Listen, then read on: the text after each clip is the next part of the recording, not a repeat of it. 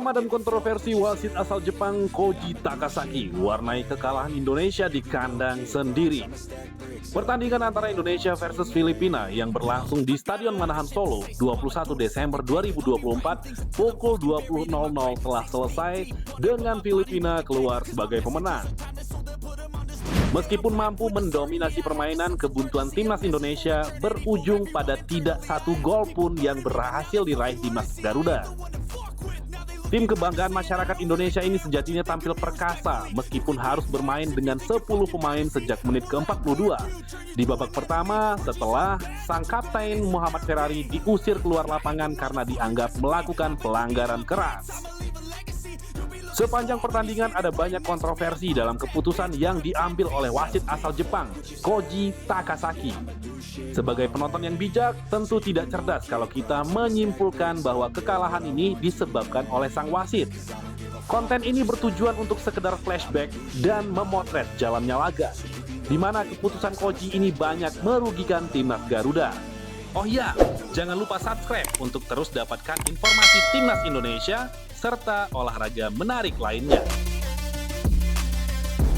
Kita akan mulai kupas satu persatu keanehan keputusan ini, yang kami meyakini Sobat Sport 62 sendiri juga merasakan hal yang sama.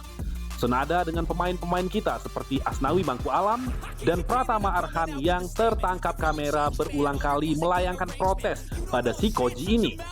Tapi Koji tidak bergeming. Aduh, Koji. Keputusan pertama yang mengundang perhatian netizen bermula dari kartu merah yang dihadiahkan kepada Kapten Muhammad Ferrari. Kita semua sepakat bahwa Ferrari bereaksi secara berlebihan terhadap provokasi yang dilakukan oleh Aguinaldo, pemain Filipina bertubuh kekar yang ternyata gampang roboh. Namun yang disayangkan adalah ketika checking VAR, terlihat jelas juga bahwa aksi Aguinaldo tidak lebih baik dari reaksi Ferrari. Terangkulan keras ke arah leher Ferrari dengan membebani semua bobot tubuhnya tentu saja berniat untuk menjatuhkan Ferrari. Sayangnya, gerakan gulat ini hanya berbuah kartu kuning oleh wasit Koji. Aduh, Koji. Sementara Ferrari tetap disuruh mandi lebih dulu oleh Koji meskipun sempat ada komunikasi dengan wasit VAR. Sejak awal babak kedua, timnas Garuda langsung mengambil inisiatif serangan. Filipina praktis tertekan dan hanya mengandalkan ancaman melalui skema serangan balik. Peristiwa kontroversial kembali terjadi, di mana beberapa kali lemparan ke dalam andalan Indonesia lewat Pratama Arhan diganggu, diintimidasi, dan diprovokasi oleh pemain Filipina. Dalam hal ini, Koji tidak sama sekali melakukan tindakan tegas yang dinilai netizen seolah mengamini perilaku pemain Filipina. Puncak dari anehnya keputusan wasit adalah memberikan hadiah penalti gratisan kepada tim Filipina setelah bola crossing pemain Filipina dianggap mengenai tangan Donitri Pamungkas. Berkali-kali melakukan cek VAR dan berdiskusi cukup lama, tayangan ulang menunjukkan tidak ada bukti jelas bahwa bola tersebut mengenai tangan Donitri. Ada indikasi bola mengenai dadanya atau bahkan sama sekali tidak ada kontak dengan Donitri. Namun ternyata 5 menit diskusi, sang pengadil Koji tetap pada pendiriannya dan menghukum timnas Indonesia dengan tendangan 12 pas.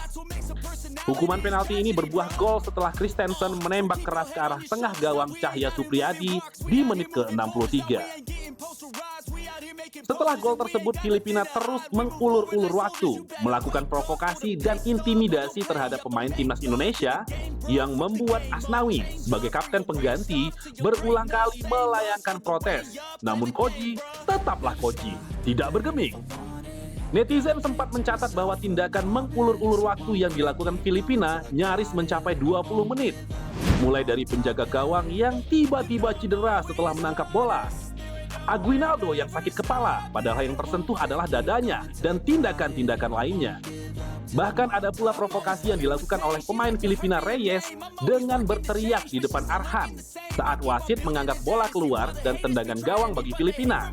Sementara Arhan menganggap seharusnya bola corner.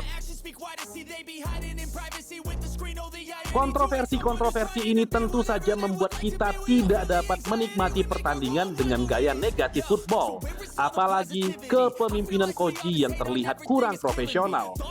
Usut punya usut, setelah sempat menelusuri profil wasit yang berasal dari negeri Sakura ini, sang wasit Koji Takasaki ini ternyata amat minim pengalaman memimpin laga internasional di level tim senior.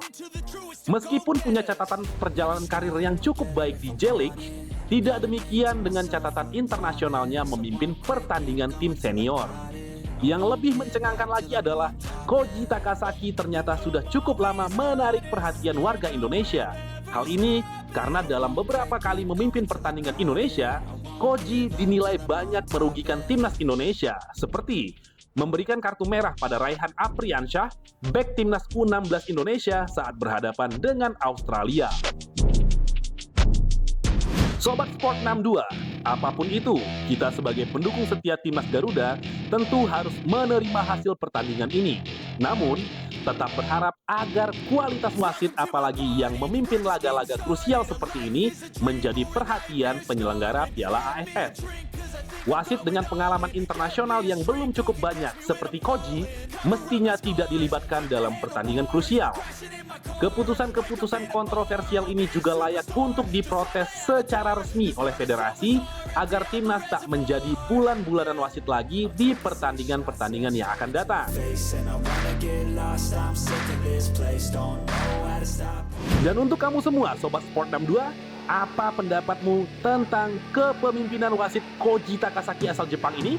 Apakah kamu juga melihat banyak keanehan dan hal-hal kontroversial? Tulis di kolom komentar pendapatmu dan semoga saja komentarmu yang banyak itu dapat dibaca oleh Koji Takasaki sendiri. Sampai jumpa di video selanjutnya.